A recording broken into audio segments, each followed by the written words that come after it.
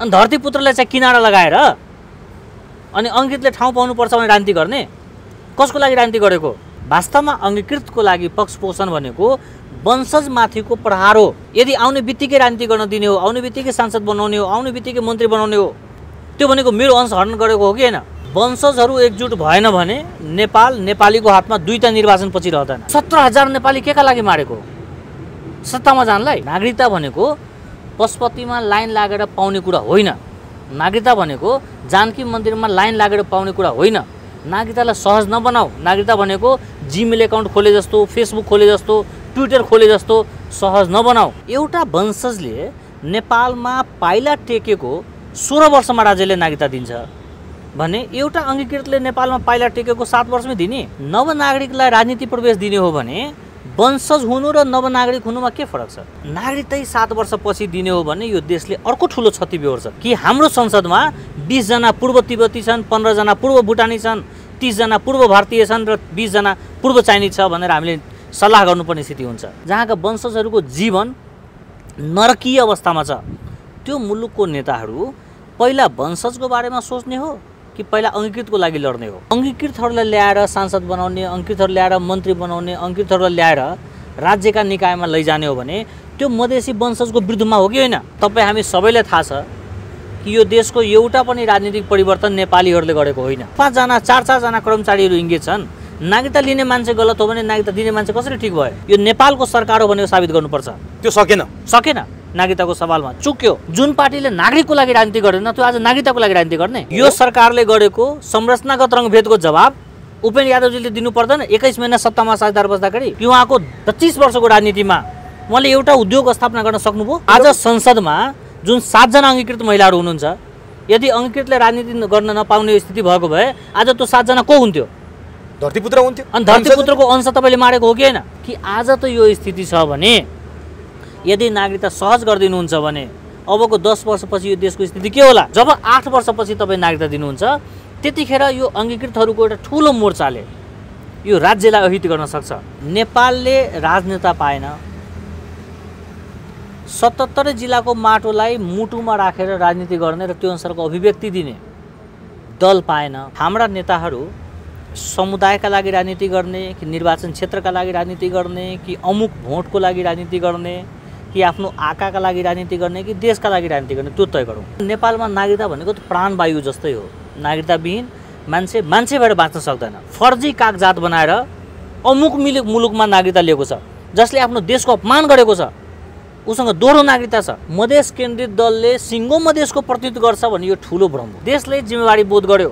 77 जिल्लाको वंशजहरूलाई आवश्यकता महसुस भयो, मेरो देशलाई मेरो खाँचो भयो भने पद मात्र होइन ज्यान दिन तयार छु म। जुन दिन नेपालीहरू यो सबै कुराले परिपूर्ण भइसक्छ त्यो दिन हामीले डिबी खोलेर विश्वभरिबाट नागरिक मगाउँछौँ। जुन देशमा परिचालित राजनीति हुन्छ त्यो देशमा विदेशीलाई गाली गर्नुको अर्थ छैन। हार्दिक स्वागत छ। धन्यवाद, नमस्कार। डाक्टर साहबसँग मैले आज मूलतः यो अङ्गीकृत नागरिकता, विदेशबाट आउने बुहारीहरूलाई नागरिकताको विषयमा जुन सरकारले राज्य व्यवस्था समितिबाट 7 वर्षको अवधि भनेर चाहिँ पारित गर्यो, यो विषयमा मधेस केन्द्रित राजनीति गर्ने जनता समाजवादी र प्रमुख प्रतिपक्ष नेपाली काङ्ग्रेसको फरक मतको विषयलाई केन्द्रित गराएर छलफल गर्ने जमर्को गरेको छु। डाक्टर साहबले अङ्गीकृतको विषयमा लामो समयदेखि बहस गर्दै आउनु भएको छ। जुन अहिले राज्य व्यवस्था समितिमा काङ्ग्रेस र जनता समाजवादीको फरक मत हुँदाहुँदै सत्तारूढ पार्टीले 7 वर्षको अवधि तोक्यो अङ्गीकृत नागरिकतामा राजनीतिक अधिकार र अन्य अधिकार। यो कुरा उचित छ या डाक्टर साहबले भनेको अझै योभन्दा नि फरक छ? यो उचित हो या होइन? यहाँबाट सुरु गरौँ डाक्टर साहब। हामीले बनाउने कानुन एउटा वर्गको लागि हो कि सिङ्गो देशको लागि हो? पहिला त्यो तय गरौँ।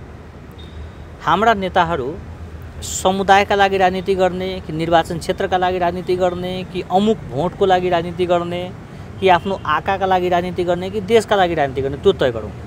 यदि यो देश जो भर्खर राष्ट्रवादबाट देशभक्तिमा रूपान्तरण हुँदैछ, यो देश जहाँ जुम्ला र जनकपुरको संवाद बल्ल बल्ल सुरु भइराखेको छ, जहाँ रोल्पा र रौतहटको चिनजान सुरु भइराखेको छ, जहाँका वंशजहरू रोजगारी नपाएर देशभन्दा बाहिर श्रम बेच्न जानु परेको छ, जहाँका वंशजहरू खान नपाएर मर्न थालेका छन्, जहाँका वंशजहरू आयोडिन भएको नुन खान नपाएर गाउँका गाउँ गलगाड बोकेर हिँडिराखेको छ, जहाँका वंशजहरू आफ्नो अधिकार सुरक्षित गर्न सकेको छैन, उहाँको शिक्षाको ग्यारेन्टी छैन, स्वास्थ्यको ग्यारेन्टी छैन, जहाँका वंशजहरूको जीवन नरकीय अवस्थामा छ, त्यो मुलुकको नेताहरू पहिला वंशजको बारेमा सोच्ने हो कि पहिला अङ्गीकृतको लागि लड्ने हो, त्यो उहाँहरूले तय गर्नु पर्यो। यो देशलाई जोगाउने हो कि उत्तेजनाको राजनीति गरेर देशमा द्वन्द्व निर्माण गर्ने हो, त्यो उहाँले तय गर्नु पर्यो। आम नेपालीहरूको भूमि, भावना र भविष्य पहिला सुनिश्चित गर्ने हो अथवा नवनागरिकका लागि सोफा सजाउने हो, त्यो उहाँले तय गर्नु पर्यो। यति भनिराख्दा तपाईँ हाम्रो दृष्टिकोणको आधार के? हामीले देशलाई आधार गरेर सोच्ने हो कि हामीले दललाई आधार गरेर सोच्ने हो?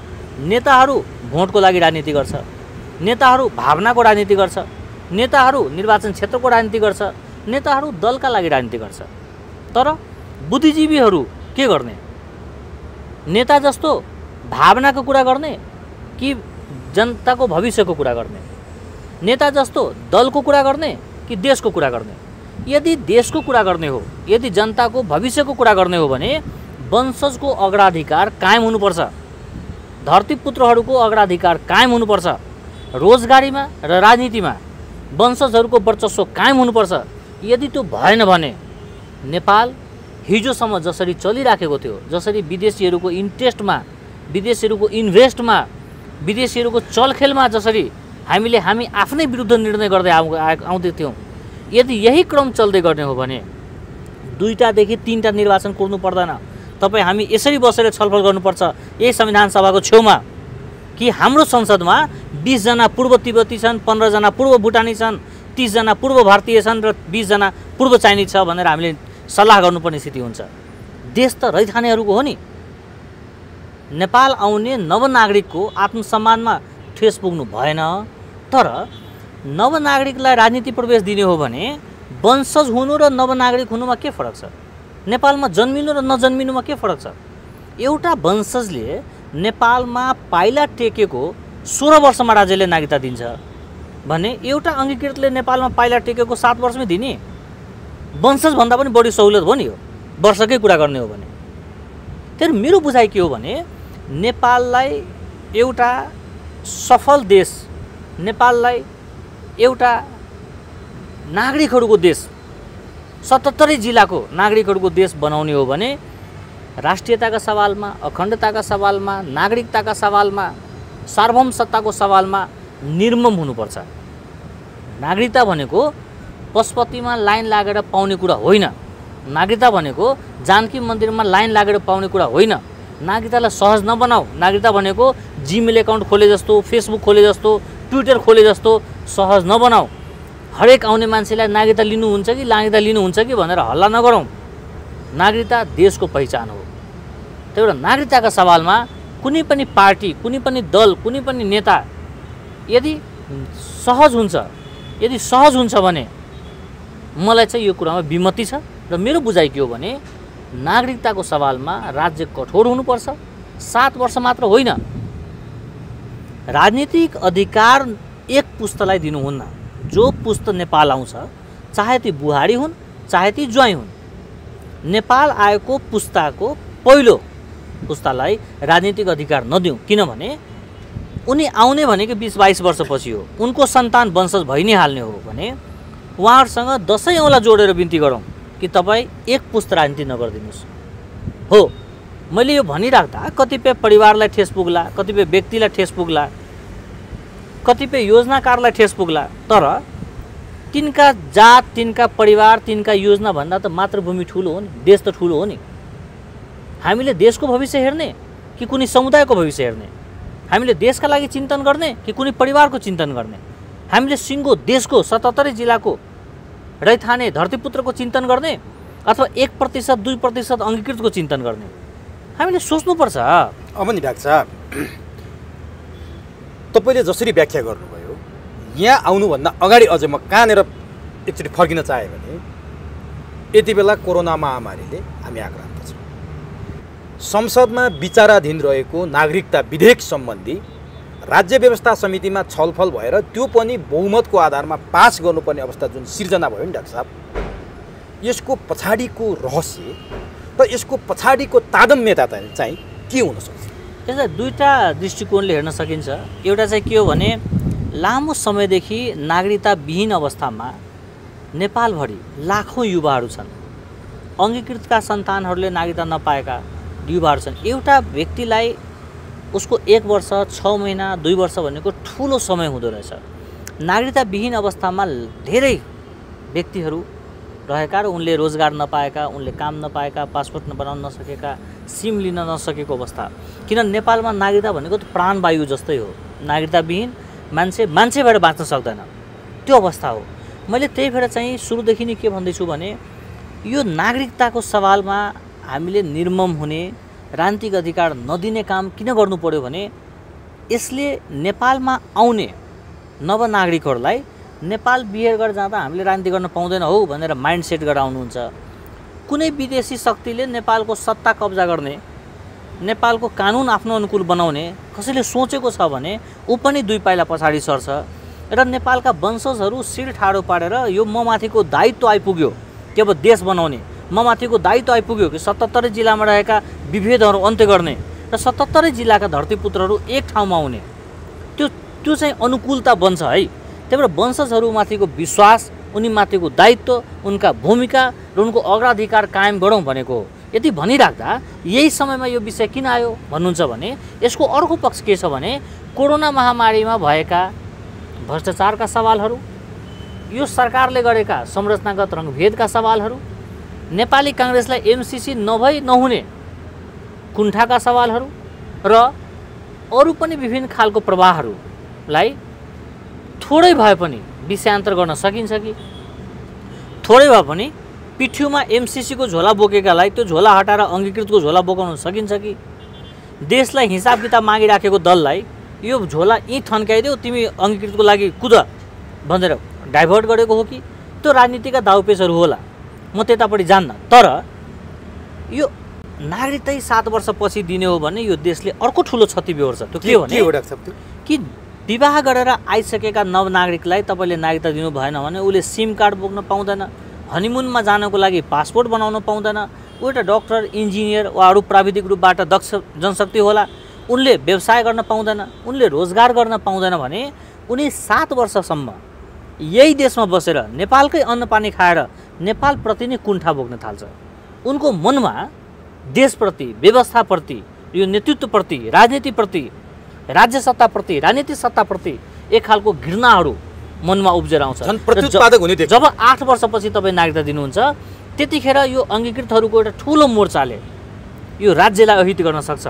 त्यही भएर राज्यले नवनागरिकलाई अपमान नगरौँ, नवनागरिकलाई उसको अरू खालको प्रतिभाको विकास गर्ने र उनको क्षमतालाई राज्य निर्माणमा सदुपयोग गर्ने कामबाट राज्य चुक्नु हुँदैन, सरकार चुक्नु हुँदैन र उत्तेजनाको राजनीति फैलाउने काममा लागेकाहरूलाई राज्यले मुद्दा दिनु हुँदैन। त्यसैको लागि समय सीमा होइन, अधिकारको सीमा तय गरौँ। समय सीमा तय गर्दाखेरि यो देशका लागि यो प्रतिपादक हुन्छ।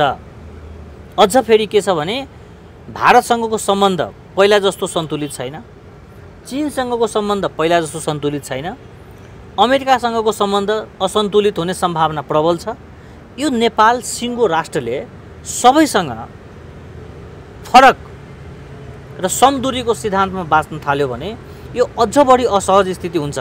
त्यही भएर दुईटा नीति चेन्ज गरौँ भनेको, एउटा चाहिँ अब हामी समदूरीको सिद्धान्तमा होइन समसामिप्यताको सिद्धान्तमा बाँचौँ। त्यो भनेको कस्तो हो डाक्टर? त्यो भनेको हामी कोहीसँग दूरी किन पैदा गर्ने? हामी आफ्नो पहिचान, आफ्नो सार्वभौमसत्ता, आफ्नो एजेन्डा, आफ्नो निर्णय, आफ्नो सीमा प्रस्ट्याउने। जहाँ सीमा प्रष्ट हुन्छ त्यहाँ सम्बन्ध पनि प्रष्ट हुन्छ, चाहे त्यो राजनीतिक सीमा होस् चाहे त्यो भौगोलिक सीमा होस्। हामीलाई सहानुभूति चाहिएको छैन, समानुभूति चाहिएको छ। हामीलाई सद्भाव होइन समभाव चाहिएको छ। अब यो समानुभूति र समभावको विषयमा हामी छलफल गरौँ र त्यसका लागि के छ भने हिमाल, पहाड र मधेसमा रहेका नेपालीहरूलाई आत्मीय एकीकरण गरौँ। त्यो केले सम्भव छ? त्यसको दुईटा कुरा छ। हेर्नुहोस्, एउटा कुरा चाहिँ चेतनाको स्तर बढ्नु पर्यो, दोस्रो चाहिँ सामाजिक लेखा परीक्षणको जिम्मेवारी लिएका पत्रकार, बुद्धिजीवी, लेखक र आफ्नो बुद्धि विवेक प्रयोग गर्न सक्ने जुन जनशक्ति छ यो देशमा, थिङ्क ट्याङ्क, उनीहरू चाहिँ लेन्सको जीवन बाँच्नलाई छोडेर आइनाको जीवन बाँच्नु पर्यो। अहिले नै तपाईँ हेर्नुहुन्छ भने नागरिकताको सवालमा पनि यो अपूर्ण अभ्यास भइराखेको छ। यो जुन बहस भइरहेको छ यो पूर्ण होइन। जो मान्छे नेपाल आउनै पाएको छैन उसको विषयमा हामीले कानुन बनाउँदैछौँ भने जसले नेपालको साधन स्रोत र सन्तानलाई दोहन गरेर नेपाल बाहिर गएको छ, दोहोरो नागरिकता लिएको छ, जसले चाहिँ नेपालमा म अशान्त भएँ, म नेपालको नागरिक भएर बस्न सकिनँ, मेरो ज्यान जोखिममा छ, राज्यले मेरो सुरक्षा दिँदैन, यो देश मानव अधिकारको विरुद्धमा बाँचिराखेको छ भनेर फर्जी कागजात बनाएर अमुक मुलुकमा नागरिकता लिएको छ, जसले आफ्नो देशको अपमान गरेको छ, उसँग दोहोरो नागरिकता छ, त्यस्ता व्यक्तिलाई हामीले एक्सक्युज गरिदिरहेछौँ। जसले नागरिकता बेचेको छ उसलाई हामीले एक्सक्युज गर्दैछौँ, जसले नागरिकता लिएको छ उसमाथि हामीले शङ्का गर्दैछौँ। हाम्रो दृष्टिकोणमा नस्लवाद छ। त्यो के कसलाई सङ्केत गर्न खोज्नुभयो? नागरिकता बेचेर चाहिँ नि उसको लागि हामी पक्ष पोषण गर्दैछौँ अथवा उसको बचाउ गर्दैछौँ भने तपाईँले? यो प्रश्न देखिएको छ। अहिलेसम्म जति व्यक्तिको नागरिकता खारिज भएको छ ती व्यक्तिले नाङ्लो पसलमा गएर नागरिकता किनेको होइन। उनले नागरिकताको लागि निवेदन दिएका हुन्, उनले सक्दो प्रमाण पुर्याएको हुन्। उनको प्रमाणमा गाउँपालिकाको सचिवदेखि लिएर प्रहरी प्रशासनदेखि लिएर शाखाधिकृत सिडिओ अफिसको शाखाधिकृतदेखि लिएर सिडिओ साहबको हस्ताक्षर छ। 5-5 जना 4-4 जना कर्मचारीहरू इङ्गेज छन्। नागरिकता लिने मान्छे गलत हो भने नागरिकता दिने मान्छे कसरी ठिक भयो? जसले नागरिकता बेचे उनलाई हामीले प्रमोसन दियौँ, पेन्सन दियौँ, उनलाई सम्मान दियौँ, उनलाई आज पनि राज्यले पालिराखेको छ। यो नस्लवाद हो। राज्यले समुदायको आधारमा कानुनको प्रयोग गर्दैछ, यो नस्लवाद हो। नागरिकता किनेको मान्छे भन्दा नागरिकता बेचेको मान्छे बढी दोषी हुन्छ। भनेपछि नि डाक्टर साहब, हाम्रो टाउको दुख्या बेला हामीले नाभिमा औषधि लायौँ भने जस्तो भयो। एकतिर समस्या छ, अर्कोतिर उपचार गरे हो, हामीले अर्को औषधि प्रयोग गरे हो। अझै भन्दाखेरि यो सरकारले नागरिकताको विषयमा जरो चुरो कुरो चाहिँ पत्ता लगाउन सकेन। एक साथ अङ्गीकृतका सवाल, दोहोरो नागरिकताका सवाल र नागरिकता बेचुवा राष्ट्रघातीहरूको सवाल तिनटैको अनुहार प्रस्टिनु पर्थ्यो यदि देश सबैको साझा हो भने। सरकारले चाहेर नगर्या हो कि सरकारले नथाहा पाएर नगर्या हो? यो सरकार एउटै समुदायको हो भनेर साबित गर्नु जरुरी छैन। सरकार देशको हो। यो सरकार नेपाल कम्युनिस्ट पार्टीका नेताहरू भए पनि यो नेपालको सरकार हो भनेर साबित गर्नुपर्छ। त्यो सकेन नागरिकताको सवालमा चुक्यो। अब नि यही नागरिकतामा म आउँदाखेरि जस्तो डाक्टर साहबले त यो 7 वर्ष प्रावधानको नि विरोध गर्नुभयो।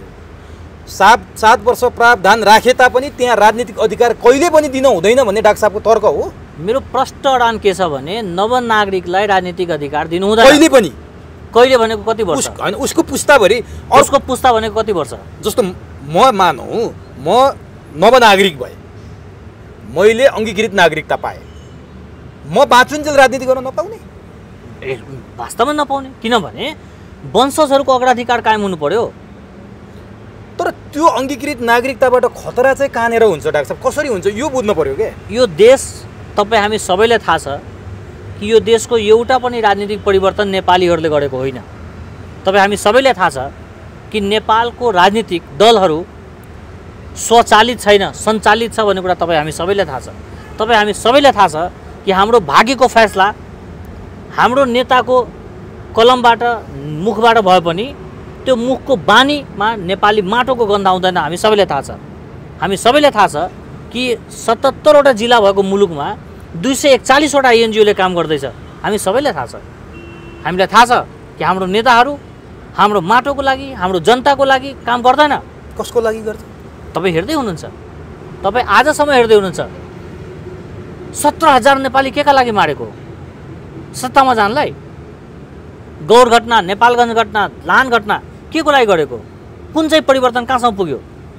जसका लागि परिवर्तन ल्याउँछु भने के परिवर्तन त्यो नागरिकसम्म पुग्यो? ती घटना नेपाली गन्धका, नेपाली माटोका थिएनन्। अहिले हेर्नुहोस्, राजाले वंशवादको गर्यो भनेर हल्ला गर्नेहरू उसैको परिवारको 12 जना मान्छे राज्यको ठुल्ठुलो निकायमा छ। यो नेपोटिजम होइन? स्विसमा 2 करोड रुपियाँ पूर्व राजाले जम्मा गरेछ, वीरेन्द्रले जम्मा गर्यो भनेर देशभरि हल्ला फैजाउनेहरू ल्याउन सक्यो पैसा? सधैँ भ्रमको राजनीति गर्ने, सधैँ जनताले धोका दिने। भनेपछि यो अङ्गीकृत पनि त्यही शक्तिले खेलाउँदैछ यहाँ हो। हाम्रो राष्ट्रिय शक्ति बलियो भएको छैन भन्छु म। तर नि डाक्टर साहब, यो अङ्गीकृतको विषयमा जुन राज्य व्यवस्था समितिमा निर्णय भयो, यो खालि प्रदेश 2 को मधेसलाई केन्द्रित गरेर मात्रै गरिएको थियो अथवा समग्र नेपाल 77 जिल्लालाई केन्द्रित गरेर गरिरहेको थियो?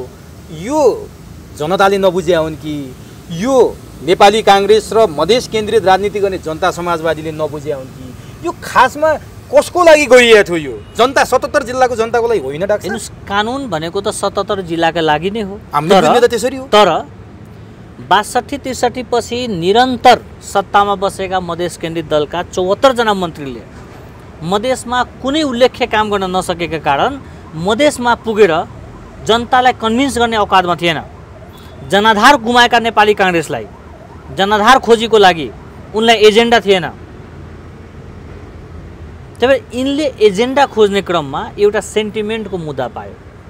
वास्तवमा अङ्गीकृतको लागि पक्षपोषण भनेको वंशजमाथिको प्रहार हो। यो कुरा नेताले पनि बुझेको छ, यो कुरा आन्दोलनका आयोजकले पनि बुझेको छ। यदि यो कानुनले 77 जिल्ला छुन्छ भने जनता समाजवादी पार्टीको 51 जना केन्द्रीय समितिमा 21 जना पहाडी समुदायको मान्छे छ। बाबुराम भट्टराईजी आफै आबद्ध हुनुभएको गोर्खामा आन्दोलन किन भएन? म यही सोध्दैछु डाक्टर साहब, त्यो 21 जनाको नेता आफू आबद्ध भएको अशोक राईजीको जिल्लामा आन्दोलन किन भएन? किनभने मधेसमा सधैँ सेन्टिमेन्टको पोलिटिक्स हुन्छ। पहाडतिरका मान्छेहरू सेन्टिमेन्टमा जाँदैन र मधेसको जुन सेन्टिमेन्टको कमजोरी छ त्यसलाई मधेसका नेताहरूले आफ्ना जनाधार बनाउनलाई प्रयोग गर्दैछ। तर यो उनको नेताको पनि भ्रम हो। यो अब मधेस जागिसकेको छ। मधेसमा रैथानेहरू वंशजहरू यो कुरा बुझ्न थालेको छ। आज मधेसका वंशजहरूले अब चिन्तन गर्न थालेको छ कि हामीले यो देशमा रोजगारी पाउने बेलामा अर्को अंशियार हामीले किन चाहियो? हामीले राज्यमा राजनीतिमा प्रवेश गर्ने बेलामा अर्को अंशियार किन चाहियो? यदि कोही व्यक्ति राजनीति गर्छु भन्ने उद्देश्यका साथ नेपालमा आउँछ भने हामीले उनीमाथि शङ्का गर्ने ठाउँ छ कि छैन? यदि आउने बित्तिकै राजनीति गर्न दिने हो, आउने बित्तिकै सांसद बनाउने हो, आउने बित्तिकै मन्त्री बनाउने हो, जुन देखियो मधेस आन्दोलनपछि देखियो, त्यो भनेको मेरो अंश हरण गरेको हो कि होइन? तर नि त्यही मधेसवादी दलहरू छन्, जो मधेस केन्द्रित दलहरू छन्, तिनै जनताले अनुमोदन गरेर पठाएका नेताहरू त यो स्वीकार्न तयार छैनन्। उनीहरू चाहिँ नि हाम्रो अधिकार खोसियो भन्छन्, तपाईँले चाहिँ नि अङ्गीकृत दिएर अधिकार खोसियो भन्नुहुन्छ। अब यही अनुमोदन माउँदैछु, अनुमोदन शब्द तपाईँले प्रयोग गर्नुभयो। मधेसमा गत निर्वाचन, जुन निर्वाचनलाई तपाईँ आधार बनाउँदै हुनुहुन्छ, त्यो निर्वाचनमा राजपा र समाजवादी मिलेर जम्मा 21 सिट जित्यो। एमाले एक्लै 22 सिट जितेको छ। मधेसको मात्रै कुरा गर्दैछु। नेपाली काङ्ग्रेसले 16 सिट जितेको छ, माओवादीले 16 सिट जितेको छ। त्यो राजपाले सिङ्गल मधेसको प्रतिनिधित्व गर्छ भने तपाईँ कसरी भन्न सक्नुहुन्छ? राजपाले राजपाको मात्र प्रतिनिधित्व गर्छ, जसपाले जसपाको मात्र प्रतिनिधित्व गर्छ, सिङ्गो मधेसको गर्दैन। मधेसबाट अरू पार्टीले पनि मत लिएको छ। त्यही भएर हामी भ्रमको खेतीमा नजाउँ कि मधेस केन्द्रित दलले सिङ्गो मधेसको प्रतिनिधित्व गर्छ भने यो ठुलो भ्रम हो। अर्को कुरा आउँदैछु। आजसम्म तपाईँले कहिले सुन्नु भएको छ मधेस केन्द्रित दलले नेपालको सञ्चार मन्त्रालयमा गएर यो भनेको होस् कि मधेसी पत्रकारले ठाउँ पाएन भनेर? तपाईँ कहिले सुन्नु भएको छ कृषि मन्त्रालयमा गएर डेलिगेसन दिएको होस्? तपाईँ कहिले सुन्नु भएको छ मधेसमा एउटा अस्पताल खोल्नु पर्यो भनेर संसदमा वाकआउट गरेको होस्? तपाईँ कहिले सुन्नु भएको छ मधेसमा एउटा विश्वविद्यालय चाहियो भनेर प्रधानमन्त्री कार्यालय घेरेको होस्? कहिले सुन्नु भएको छ? जुन पार्टीले नागरिकको लागि राजनीति गर्दैन त्यो आज नागरिकताको लागि राजनीति गर्ने? यो के छ उहाँहरूको? यसको कारक तत्त्व चाहिँ के? उहाँहरूले यसरी तराईको सेन्टिमेन्ट्स क्यास गर्न खोज्नुको पछाडि अब आउने चुनावको भोटको राजनीति हो। गुम्दै गएको जनाधारलाई जसरी पनि आफ्नो पक्षमा ल्याउँछु भनेर गरिएका अभ्यास हो। त्यहाँका जनता विश्वास गर्न तयार छन्? यो अब गर्दैन र 64 पछि तपाईँ सम्झिनुभयो भने 64 मा जुन तहमा गरेका थिए 70 मा र 74 मा गरेन। घट्दो क्रम छ। अनि काङ्ग्रेसको चाहिँ के हो यो? र घट्दो क्रमका एउटा अर्को आधार के पनि छ भने हिजो एउटा पार्टी बलियो थियो, अहिले 7 वटा पार्टी मिलेर जानु परेको छ। त्यो पनि कता न कता यी लिडरहरूको आत्मबल खस्केको हो नि। जवाफ दिनु पर्दैन? 62-63 मा 118 जना मधेसीले मारेर 30 वटा सम्झौता गरेर 74 वटा मन्त्रालय पाएका मन्त्रीहरूले मधेसवादी दलबाट, मधेस केन्द्रित दलबाट ती 74 वटा मन्त्रीले भन्नु सक्नु पर्दैन कि म कृषि मन्त्री हुँदाखेरि मैले यो काम गरेँ, म स्वास्थ्य मन्त्री हुँदा मैले यो काम गरेँ, मैले भौतिक योजना मन्त्री हुँदा मैले हुलाकी सडक बनाएँ, गर्यो केही? सधैँ झुक्याउने जनतालाई, सधैँ मधेसलाई ठग्ने। हामीले त कहिले पनि प्रधानमन्त्री हुन पाएनौँ। यो सिस्टम भनेको प्रधानमन्त्री जे बोल्छ त्यही हुन्छ। हामी त एउटा निरीह मन्त्री मात्रै थियो भन्नुभयो है मसँग। यदि त्यो हो भने एकचोटि तपाईँलाई एमाले ठगेपछि अर्कोचोटि एमालेसँग किन जानुभयो? एकचोटि काङ्ग्रेसले तपाईँलाई ठगेको थियो भने अर्कोपटि काङ्ग्रेससँगै सत्ता साझेदार किन बन्नुभयो? एकचोटि माओवादीलाई तपाईँले ठगेको थियो भने अर्कोपटक माओवादीसँग किन पुग्नुभयो? तपाईँले यो काङ्ग्रेसले एमाले माओवादीले दुख दिइराखेको बेलामा तपाईँ जनतालाई गएर चाहिँ एमाले मधेस विरोधी हो भनेर 22 जिल्ला भोट माग्ने अनि जितेको भोलिपल्ट त्यही एमालेलाई समर्थन गर्ने, माओवादी मधेस विरोधी हो भनेर भन्ने अनि जितेको भोलिपल्ट त्यही माओवादीलाई समर्थन गरेर सरकारमा जाने। भनेपछि उहाँहरूको सत्ता लिप्साको कारण आज मधेसका जनताले दुःख पाएको। यो सरकारले गरेको संरचनागत रङभेदको जवाब उपेन्द्र यादवजीले दिनु पर्दैन? 21 महिना सत्तामा साझेदार बस्दाखेरि सरकारको कमजोरी चाहिँ सरकारको हुने र सरकारको राम्रो कुरा चाहिँ उपेन्द्रजीको त्यस्तो पनि हुन्छ? जवाब दिनुपर्छ। तर नि तपाईँप्रति पनि उनीहरूको गुनासो छ के? तपाईँ त्यही समुदायको मान्छे, तर तपाईँले जे बोलिरहनु भएको छ 77 जिल्लाको लागि बोलिरहनु भएको छ। हामी त्योमा कुनै फरक विचार पनि राख्दैनौँ, सञ्चारकर्मीले पनि बुझिरहेछौँ। तर तपाईँले यसरी बोलिरहँदाखेरि तपाईँलाई गृह जिल्ला जानै अप्ठ्यारो छ भनेर उनीहरू तर्क गर्छन् क्या। काठमाडौँमा बसेर बोल्न सजिलो छ उसलाई, उस सरकारको एकदमै चाहिने पक्षमा बोलिरहेछ, केही न केही लाभको आशा गरेको छ है त्यो मान्छेले। त्यो हाम्रो समुदायको विरुद्धमा छ, ऊ आफ्नो गृह जिल्ला प्रवेश गर्न सक्दैन अनि जे मन लाग्छ त्यही बोल्छ भन्छन्। उहाँले भनेको कुरा सही हो। किन सही हो भने उहाँ जिम्मेवार नेता होइन, जमिनदार नेता हो। राजनीतिमा जमिनदारी हुन्छ, यो टोल मेरो हो, यो गाउँ मेरो हो, यो जिल्ला मेरो हो, यस्तो जमिनदारी कुरा गर्न मिल्छ? मिल्दैन नि। अर्को कुरा, राज्यलाई सघाउने, देशलाई सघाउने 77 जिल्लाको विषयमा बोल्नु भनेको राम्रो कुरो हो। म उनको पार्टीको कार्यकर्ता त होइन नि। समुदायको विरोध गर्नु भन्छ। मेरो लागि मेरो आधार देश हो। म समुदायको लागि मात्र जन्मे हो। मैले देशको बारेमा बोल्नु पाउँदैन। रहेको पदको कुरा, म नेपाली नागरिक हो। राज्यले मलाई जति दिन जुन बेलामा 77 जिल्लाको नागरिकले जुन खालको योग्यता मलाई महसुस गराउँछ, जुन खालको जिम्मेवारी मलाई दिन्छ, म निर्वाह किन नगर्ने? उनी उप प्रधानमन्त्री हुने, म चाहिँ राष्ट्रपति हुन नपाउने? जरुरी परे बनौँला। देशले जिम्मेवारी बोध गर्यो, 77 जिल्लाको वंशजहरूलाई आवश्यकता महसुस भयो, मेरो देशलाई मेरो खाँचो भयो भने पद मात्र होइन ज्यान दिन तयार छु म। अब नि डाक्टर साहब, जसरी तपाईँले अङ्गीकृतलाई राजनीतिक अधिकार नदिने कुरा तर्क गरिरहनु भएको छ, उहाँहरूको तर्क, उहाँहरू आन्दोलित भएको, त्यो आन्दोलित किन हुनुभयो तपाईँले भनिसक्नुभयो। उहाँहरू के भन्नुहुन्छ भने अङ्गीकृतले कहाँनिर देशको लागि हानि हुने काम गर्यो, बरु वंशजले कोशी बेच्यो, गण्डकी बेच्यो, महाकाली बेच्यो, घात गर्यो। अङ्गीकृतले त काहीँ पनि गरेको छैन भनेपछि अङ्गीकृतहरूमाथि किन यस्तो अत्याचार भन्नुहुन्छ उहाँहरूले? यो कुरा चाहिँ एकदम प्रष्ट हुन जरुरी भयो क्या डाक्टर साहब। यो किन त्यस्तो बोलिरहनु भएको छ उहाँहरू? के साँच्चीकै वंशजहरूबाट यो देशलाई घात हो? तपाईँले त के भन्नुभएको छ भने वंशजहरूले अङ्गीकृतसँग किस्तीमा अधिकार माग्ने दिन आउँदैछ भनेर तपाईँ भन्दै गर्दा उहाँहरू त्यसो भन्नुहुन्छ। बिगाएर त वंशजले पनि त रहेछ नि डाक्टर साहब। 240 वर्षसम्म मधेसका नेपालीहरू राज्यबाट समानताको अधिकार पाएन। बल्ल तल्ल केही अंशमा अधिकार पाउन थाल्यो। उनले पाएको अधिकारभित्र पनि अङ्गीकृतहरूलाई ल्याएर सांसद बनाउने, अङ्गीकृतहरू ल्याएर मन्त्री बनाउने, अङ्गीकृतहरूलाई ल्याएर राज्यका निकायमा लैजाने हो भने त्यो मधेसी वंशजको विरुद्धमा हो कि होइन? जुन अधिकार मेरो गाउँको रैथाने चेलीले पाउनु पर्थ्यो त्यो अधिकार नेपाल बाहिरको अङ्गीकृतले पायो कि पाएन? अहिले कतिजना त्यो भनेको मेरो वंशज अधिकारबाट मलाई वञ्चित गरेको हो कि होइन? त्यो भनेको मधेसका रैथाने मधेसीहरूको विरुद्धमा भएको आन्दोलन हो कि होइन? जसलाई आफ्नो वंशको चिन्ता छैन उसले समानताको कुरा गर्ने। अनि अहिले मधेसमा नि आन्दोलनमा आएका सबै अङ्गीकृत हुन् त, वंशजहरू आएका छैनन्। जुन दिन वंशजले यो कुरो बुझ्छ त्यो दिन आन्दोलन यस्तो देखिँदैन। अहिले मधेस तारै बुझ्छ। किनभने काङ्ग्रेस पनि, जनता के अरे समाजवादी पार्टी पनि, जनमत पार्टी पनि आज भोटको लागि मधेसमा भ्रमको राजनीति गर्दैछ।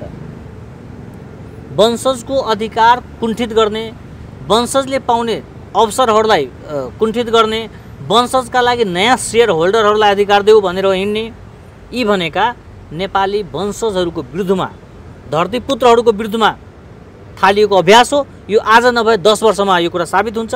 तपाईँ हेर्नुहोला कि यस्ता दलहरू जो भ्रमको राजनीति गर्छ, जो वंशजका विरुद्धमा जान्छ, जो धरतीपुत्रका विरुद्धमा जान्छ, यसका पछाडि 77 जिल्लाका वंशजहरू एकजुट हुन्छ र यस्ता दलहरूको जनाधार भेट्दैन। तपाईँले अब काङ्ग्रेसको चाहिँ के हो नि यसमा काङ्ग्रेसभित्रको रस, जस्तो काङ्ग्रेसभित्र त विरोध पनि भइरहेछ, यो काङ्ग्रेसले गर्न खोजेको त्यहाँनिरको उसको रोल के हो?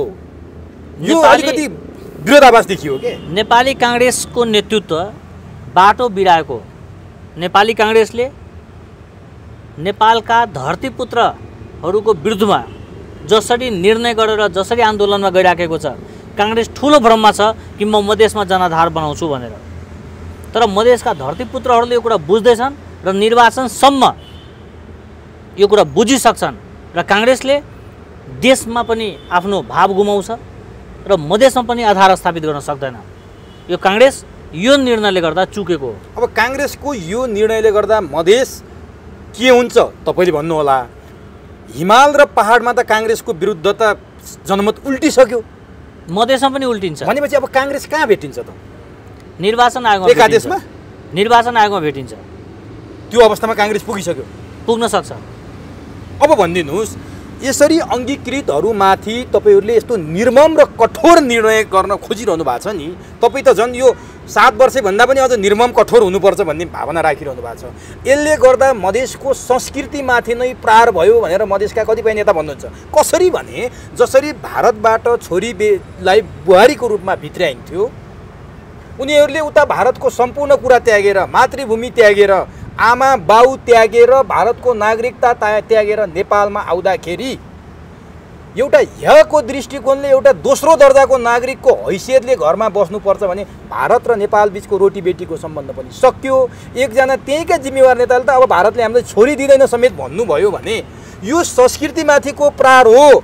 हिजो हामीलाई जसरी भारतले विश्वास गर्थे भारतका छोरीहरू बिहे गरेर आउँथे, अब त्यो सबै समाप्त भयो, हाम्रो संस्कृतिमाथि निर्मम प्रहार भयो भनेर भन्छ। यो साँचो हो? यो उहाँको आसक्ति मात्रै हो। संस्कृति र राजनीति फरक फरक कुरा हो। नेपालमा बिहे गरेर आउने चेलीहरू राजनीति गर्छु भन्ने उद्देश्यले आउने होइन नि। यदि यो राजनीति गर्छु भन्ने उद्देश्यले आएको छ भने त्यो त झन् खतरनाक हो नि। रहेको कुरा, जुन मान्यजीले अब भारतले छोडी दिँदैन भन्नुहुन्छ, कि त उहाँले म्यारेज ब्युरो खोलेको हुनुपर्छ, कि त उहाँ जुन उमेरमा हुनुहुन्छ त्यो उमेरमा नेपालीले पनि छोडी दिँदैन। अब त्यही भएर कसको बिहे हुन्छ कसको हुँदैन, कसले छोडिदिन्छ कसले दिँदैन, त्योभन्दा माथि उठेर देशले के मागिराखेको छ त्यो बुझ्नु पर्यो। यो देशमा रहेका 77 जिल्लाको नागरिकहरू जो पूर्वकालदेखि बसिराखेको छ, जो रैथानेहरू छ, उनको भूमि, उनको भावना, उनको भविष्यलाई हामीले ध्यानमा दिने हो अथवा नव नागरिकलाई ध्यानमा दिने हो? हाम्रो ध्यानको केन्द्र कहाँ हुनुपर्छ? हाम्रो राजनीतिको केन्द्र कहाँ हुनुपर्छ? हामीले रैथाने नेपालीहरूको भविष्यको बारे चिन्तन गर्ने हो कि विश्वको कुन नागरिक नेपालमा आउँछ र त्यसलाई हामीले के अधिकार दिन्छौँ भने चिन्तन गर्ने हो? के नेपाली रैथानेहरू जागिरले परिपूर्ण, अधिकारले परिपूर्ण, संरचनाले परिपूर्ण, समृद्धिले परिपूर्ण भइसक्यो हो? जुन दिन नेपालीहरू यो सबै कुराले परिपूर्ण भइसक्छ त्यो दिन हामीले डिबी खोलेर विश्वभरिबाट नागरिक मगाउँछौँ। अहिले त नेपालीहरू आफ्नै खुट्टामा उभिन सकेको छैन। 15,000 को रोजगारीको लागि देश छोड्नु परेको छ। जुन मान्यजीले यो कुरो भन्दै हुनुहुन्छ, म प्रति प्रश्न गर्न चाहन्छु कि उहाँको 25 वर्षको राजनीतिमा उहाँले एउटा उद्योग स्थापना गर्न सक्नुभयो? उहाँले 5 जनालाई रोजगारी दिन सक्नुभयो? आफ्नो छोरा आफ्नो छोरी चाहिँ देश छोडेर जानुपर्ने अनि दुनियाँको छोरीको चिन्ता लिएर बस्ने, यो गलत हो। यो उहाँको नियतमा खोट छ। अनि नि डाक्टर साहब, जस्तो अङ्गीकृतहरूबाट देशमाथि हुने घात, देशमाथि हुने चाहिँ जुन तपाईँले अघि राष्ट्रघातको कुरा गर्नुभयो नि, उहाँहरूको तर्क अर्को पनि के रहेछ भने उति बेला राजा महेन्द्रले बर्माका मान्छे, सिक्किमका मान्छे ल्याएर चाहिँ तराईमा भर्ने, अङ्गीकृत नागरिकता दिएर चाहिँ आज हामीलाई चाहिँ मधेसमा यो अवस्थामा पुर्याइदिने, यो अप्ठ्यारो अवस्थामा पुर्याइदिने महेन्द्रीय राष्ट्रवाद भनेर भन्नुहुन्छ है। त्यो कारणले गर्दा आज हामी दोस्रो दर्जाका नागरिक भइरहेछौँ भने अब अङ्गीकृतले चाहिँ देश बिगार्छ भनेर अहिले भन्ने, हिजो किन भर्या मधेसमा जनता भनेर भन्नुहुन्छ, यो के हो? यो अङ्गीकृतको राष्ट्रियताप्रति उनको भूमिकाप्रति मलाई शङ्का छैन। मलाई चाहिँ धरतीपुत्रले अधिकार पाउनुपर्छ भन्या हो। अनि उनीहरूले रोक्दाखेरि अङ्गीकृत रोक्दाखेरि धरतीपुत्रले अधिकार पाउँछ? पहिलो अधिकार कसको हुनुपर्ने? आज संसदमा जुन 7 जना अङ्गीकृत महिलाहरू हुनुहुन्छ, यदि अङ्गीकृतले राजनीति गर्न नपाउने स्थिति भएको भए आज त्यो 7 जना को हुन्थ्यो? धरतीपुत्र हुन्थ्यो। अनि धरतीपुत्रको अंश तपाईँले मारेको हो कि होइन? अनि धरतीपुत्रलाई चाहिँ किनारा लगाएर अनि अङ्गीकृतले ठाउँ पाउनुपर्छ भने राजनीति गर्ने? कसको लागि राजनीति गरेको? यो पानीको लौरो बोकेर कता हिँडेको? राजनीति नेपालमा रहेका नेपालीको लागि हुनुपर्छ। राजनीति यो 77 जिल्लाको भूमिको लागि हुनुपर्छ। आफ्नो सन्तान खान नपाएर कुपोषण गइसक्यो, आफ्नो चेलीबेटी आफ्नो छोराछोरीहरू 12,000 15,000 को लागि देश छोड्न बाध्य भइसक्यो, आफ्ना नेपालीहरू चाहिँ बाँच्न नपाएर आत्महत्या गर्न थालिसक्यो। अनि तपाईँले विश्वको चिन्ता भयो? यो कसको दबावमा राजनीति गर्दै हुनुहुन्छ? अब यही सोध्दैछु डाक्टर साहब, यो कुरा चीनसँग सीमा जोडिएको तपाईँको तातो पानीमा पनि होला, रसुवाफमा पनि होला, दोलखामा पनि होला, डोल्पामा पनि होला, तर मधेसमा मात्रै भारतसँग जोडिएर यो जबरजस्त हामीले गरेका छौँ कि? यो भ्रम हो। यो अङ्गीकृत मधेसीका लागि मात्रै हो भने पनि भ्रम हो। यसले भारत मात्रै प्रभावित हुन्छ भने पनि भ्रम हो। यो अङ्गीकृतको एजेन्डा उठायो भने मधेसभरि मेरो जन्म त्याडी हुन्छ, यो पनि भ्रम हो। त्यही भएर अब नेताहरू एजेन्डा घुमाइसकेका छन्, व्यक्तित्व घुमाइसकेका छन् र यो मुद्दाले अस्तित्व पनि गुमाउँछन्। अब भनेपछि उहाँहरूको तर्क के थियो भने 99% अङ्गीकृत मधेसमै हुन्छन्, अरू त शून्य हुन्, त्यो गन्तीमै आउँदैन, त्यसकारण सबैभन्दा बढी प्रहार मधेसमै भयो। उनको अज्ञानताको पीडा सिङ्गो नेपालले बेहोर्नु जरुरी छैन। यो घर घरमा छिर्यो भन्नुहुन्छ मधेसको, उहाँले यो पीडा घर घरमा छिर्यो भन्नुहुन्छ। अनि घर घरमा अङ्गीकृत होला उहाँको जानकारीको विषय हो। मेरो बुझाइ के हो भने यो धरतीको रक्षा धरतीपुत्रले गर्न पाउनुपर्छ, रैथाने थारूले गर्न पाउनुपर्छ, रैथाने मधेसीले गर्न पाउनुपर्छ, रैथाने मुस्लिमले गर्न पाउनुपर्छ, अब यहाँको रैथाने नेवारले गर्न पाउनुपर्छ, धरतीपुत्रले देश बनाउनुपर्छ। अब नि डाक्टर साहब, यो मुद्दा त पेचिलो भएर उठिहाल्यो। अब तराईमा वंशजले पाउनुपर्छ, तिमीहरूले गलत गर्यौ भनेर त्यो किसिमको आन्दोलन उठ्ने सम्भावना छ कि छैन? छ, त्यो पनि उठ्छ, काउन्टर पार्टबाट उठ्छ, चाँडै उठ्छ। त्यो त शक्तिशाली होला नि त, यो अङ्गीकृतको भन्दा पनि स्वाभाविक हो। कसले गर्छ नेतृत्व? नयाँ नेता जन्मिन सक्छ, यो त विचार हो। मैले त विचार दिएको, यसको जवाब निर्वाचनमा वंशजले जवाब दिन्छ। त्योभन्दा अगाडि यो आन्दोलन रोकिँदैन? आन्दोलन त अवश्य दिन्छ। यो निर्णय पास हुन्छ, 7 वर्षको निर्णय पास हुने हो, यो पास भएपछि यो आन्दोलन सिद्धिने हो। अनि हाम्रो सीके राउत, यो जनता समाजवादी अनि काङ्ग्रेस, तिनीहरूको मुद्दा एउटै भएको हो। अब यिनीहरू जनाधारका लागि एकै ठाउँमा जम्मा भए हुन्, सबै एक ठाउँमा आइसक्यो। अब यो यिनीहरूको छिनोफानो 2079 सालको चुनावले गर्छ हो। यिनीहरूको भित्रको एउटा इन्ट्रेस्ट के पनि हुनसक्छ भने यो वा त्यो बहानामा देशलाई अशान्त गर्ने, आन्दोलित गर्ने, देशलाई अझ बढी पीडामा लाने र जसका प्रभावबाट यो सरकार परिवर्तन होला, प्रधानमन्त्री परिवर्तन होला, यिनका उद्देश्य त्यहाँ हुनसक्छ। तर यिनी आफ्नो यात्रामा हिँड्ने बेलामा के चाहिँ बुझ्न सकिरहेको छैन भने 4 महिनाको लकडाउनमा त्राहिमाम भएको देश, अर्थतन्त्र जर्जर भएको देश, त्यहाँ थप आन्दोलन गरेर व्यापारीलाई थप पीडा दियो, थप आन्दोलन गरेर विद्यालय थप बन्द गर्यो, थप आन्दोलन गरेर जनताको जीवन थप नर्कीय बनायो।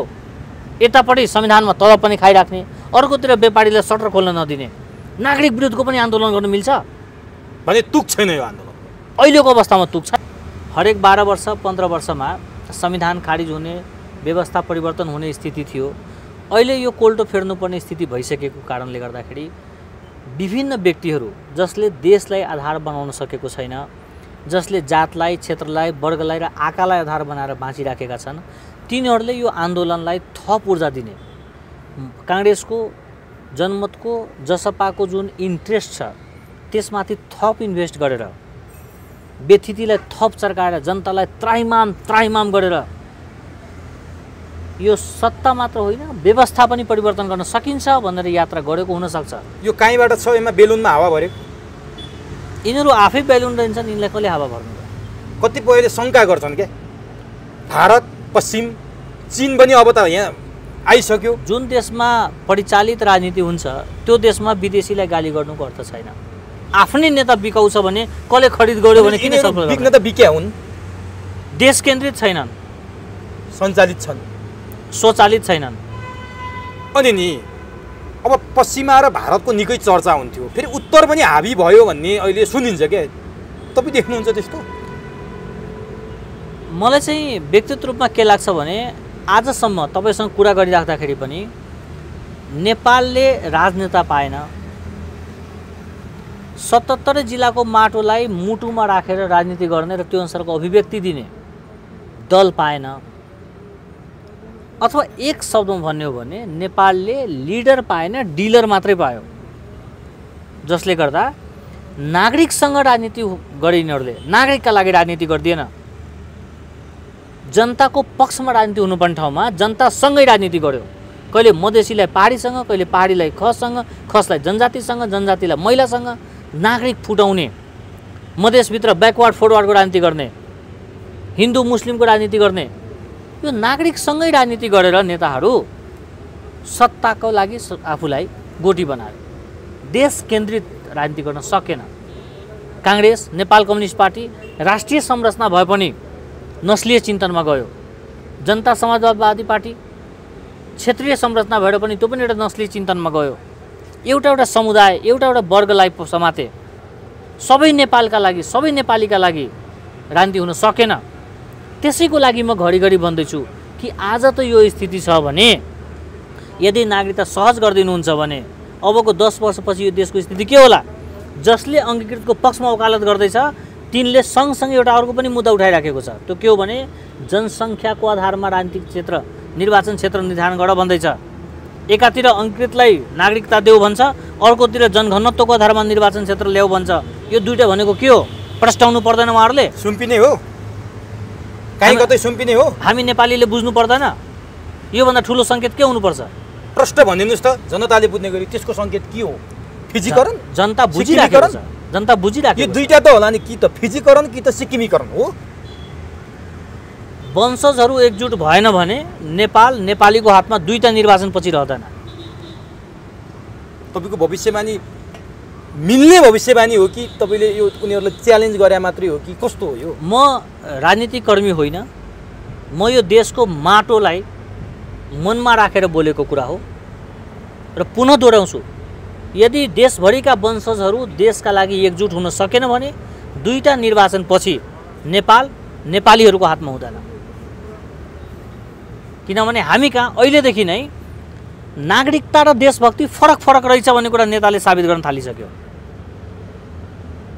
प्रमाणपत्र मात्रै बोकेको भरमा नेपाली हुने होइन नि, देशभक्ति पनि सँगसँगै चाहिन्छ। राष्ट्रवाद र देशभक्ति बीच आकाश जमिनको फरक छ भनेपछि डरलाग्दो छ अवस्था। देश गम्भीर मोडमा जाँदैछ है। अब देशमा ठुलो राजनीतिक दुर्घटना हुन सक्छ। त्यो गृहयुद्ध भन्नुभएको थियो नि तपाईँले, त्यही पनि हो कि?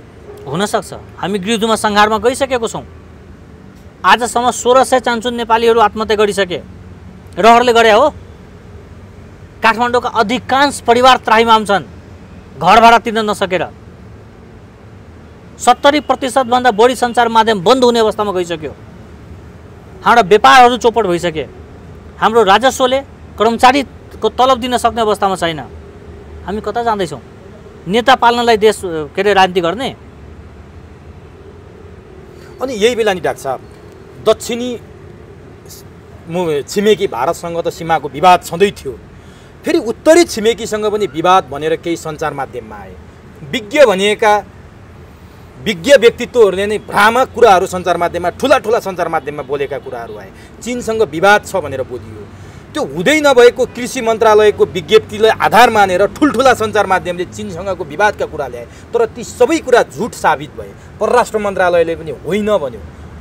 भनेपछि त्यो भित्र चाहिँ के गर्न खोजिएको थियो? ठुला सञ्चार माध्यममा त्यस्ता समाचार आउने, विज्ञ भनिएका व्यक्तिहरूले त्यही कुरा बोल्ने, तर 2 दिनमा पानीको फोका जस्तै सबै फुटे। भनेपछि दक्षिणसम्म जस्तै विवाद थियो, उत्तरसँग पनि त्यस्तो गराउन खोज्नुको पछाडि के थियो? आजकै मितिमा नेपाली सञ्चार माध्यम, नेपाली नेता र नेपाली बुद्धिजीवीको यो स्थिति छ भने अबको 15 वर्षपछि के स्थिति होला? त्यही आकलन, त्यही डर, त्यही चिन्ताले म आज भन्दैछु कि नागरिकताको सवालमा कठोर हौँ, छिमेकीहरूको सवालमा प्रष्ट हौँ। सीमाहरू प्रष्ट हुनुपर्छ, चाहे त्यो भूगोलको सीमा होस्, चाहे मुद्दाको सीमा होस्, चाहे नेताको सीमा होस्, चाहे अभिव्यक्तिका सीमा होस्। सीमाहरू प्रष्ट गरौँ, नभए भोलि यो देश ठुलो दुर्घटनामा जान्छ। नेपाल अरू सबैका लागि राजनीतिक प्रयोगशाला हुन सक्छ। हामीले 2 करोडको गाडीमा चढेर आएर 15 लाखको तलब खानेसँग 2 रुपियाँको बिस्कुट माग्नु नपरोस्। यो जो नेताले बुझेनन्, राजनीतिक दलले बुझेनन् यो कुरा। नेता आफ्ना लागि दलका लागि राजनीति गर्दै होला, तर मलाई देशको लागि चिन्ता छ। उनलाई दलको चिन्ता होला, मलाई देशको छ। उनी भावनाको लागि कुरा गर्दैछन्, म भविष्यको कुरा गर्दैछु।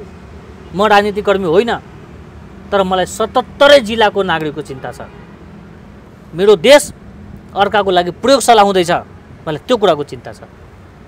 केपी ओलीजी शारीरिक रूपबाट अस्वस्थ हुनुहुन्थ्यो र उहाँ यति लामो बाँच्नुहुन्छ भनेर प्रचण्डलाई विश्वास थिएन कि, त्यही भएर उहाँलाई चाहिँ म 5 वर्ष दिन्छु भनेर सान्त्वना दिनुभयो र केपी ओली जो स्वस्थ भएर फर्किनुभयो त्यो उहाँको लागि घात भयो कि, त्यो त उहाँले भन्ने कुरा हो। तर आफ्नै दललाई कमजोर गर्नेहरू देशलाई कसरी बलियो गर्छ, यो चिन्तनको विषय हो। जनताको त्यत्रो ठुलो जनाधार पाएको दलले आफ्नै मन्त्रीलाई नङ्ग्याउँछ, आफ्नै पार्टी कमजोर गर्छ, आफै विवादमा अल्झिन्छ भने त्यो नेताले भोलि पद पायो भने देशलाई कसरी सहज गर्ला, यो चिन्ताको विषय हो। जसले घरमा आगो लाउँदैछ उसले गाउँ नजलाउला भने कसरी ग्यारेन्टी गर्ने? के पदका लागि राजनीति गरे हो माधव नेपालजी र प्रचण्डजी? यदि पदको लागि होइन भने यो ठुलो लफडा के को हो? चाहे त्यो दलहरूका कुरा होस्, चाहे सरकारका कुरा होस्, चाहे नागरिकताका कुरा होस्, चाहे सबै समाजका सामाजिक कुरा होस्, यो सबै समस्याको समाधान गर्ने अचूक औषधि फर्मुला डाक्टर राजेश अहिराजसँग के छ? एकदम सरल। हामीले छोरी, ज्वाइँ, बुहारी वा तेस्रो लिङ्गे कसैसँग अरू कुरामा कुनै पनि फरक भाव नगर्ने, उहाँहरू नेपाल आएको मितिबाट आफ्नो क्षमताअनुसार रोजगारी गर्न पाउने, आफ्नो क्षमताअनुसार व्यापार गर्न पाउने, आफ्नो क्षमताअनुसार पासपोर्ट बनाएर देश विदेश घुम्न पाउने, सबै खालको अवसर सदुपयोग गर्न पाउने, तर राजनीति गर्न नपाउने। त्यो पनि एक पुस्ता मात्रै। उहाँको सन्तान वंशज भएपछि राजनीति गर्न पाइहाल्नुहुन्छ। त्यही भएर एक पुस्ता राजनीति नगरिदिनुहोस्। एक पुस्ता तपाईँले त्यागेको भरमा यो देशमा एउटा बलियो निर्णय हुन्छ र यो देश एउटा ट्र्याकमा आउँछ। यो देशप्रति वक्र दृष्टि राखेका मान्छेहरू नेपालमा गएर राजनीति नै गर्न पाउँदैन, किन जाने भन्ने त्यो खालको कुन विचार भएको मान्छेहरू नेपाल आइदिँदैन। यो देश सुन्दर, शान्त, महान, विशाल र सबैको साझा देश भएर जान्छ। त्यही भएर एक पुस्ता राजनीति त्यागिदिनुहोस् न। यति मात्र हामीले गर्न सक्ने हो भने नेपाल साँच्चीकै यो हिरा हुन्छ, सबैको साझा हुन्छ र नेपालीहरूको हातमा रहिरहन्छ। भन्नुको मतलब तपाईँले जुन भविष्यवाणी गर्नुभएको थियो 2वटा निर्वाचनपछि नेपाल रहँदैन भन्नुभएको थियो, त्यो खतराबाट पनि टर्छ, वंशजहरूकै हातमा रहन्छ। हो, उनका अङ्गीकृतका सन्तान पनि त वंशजै हुने हो नि। आफ्नै सन्तानको भविष्यको लागि पनि अङ्गीकृतहरूले गर्ने आन्दोलनलाई चाहिँ सरकारले कसरी सम्बोधन गर्ला त? अब कसरी सक्ला? सरकारले चाहिँ 7 वर्षपछि कागज दिन्छु भन्नु चाहिँ यो गलत हो। किनभने जुन देशमा सवारी चालक प्रमाणपत्र पास गरेको 1 वर्षपछि कार्ड छपाउँछ, जुन देशमा आफ्नो पासपोर्ट छाप्ने प्रविधि छैन, जुन देशमा राज्यले सेक्रेट डकुमेन्ट छाप्न सकेको छैन, पैसा छाप्न सकेको छैन, त्यो देशले अर्को एउटा खालको कार्ड छाप्छु र बाँड्छु भन्नु भनेको त्यो अर्को भ्रष्टाचारका पूर्वाधार बनेको। त्यही भएर धेरै खालका चिन्तन गर्नु हुँदैन। एउटा ठोस, निर्मम र दीर्घकालीन समाधान निकाल्नुपर्छ र त्यो भनेको एउटा मात्र समाधान हो, राजनीतिक अधिकार विहीन नागरिकता दिने। त्यसपछि देश बन्छ। देश वंशजले बनाउनै पर्छ। हस् डाक्टर साहब, चुरो कुरोमा आफ्ना अत्यन्तै महत्त्वपूर्ण जुन भनाइले जनतालाई प्रत्यक्ष असर पार्छ र उनीहरूको चेतनामा यसले टेवा भर्ने काम गर्छ, त्यस्ता किसिमका भनाइहरू राखिदिनु भयो, समय दिनुभयो, यसको लागि तपाईँलाई हार्दिक धन्यवाद। धन्यवाद, नमस्कार।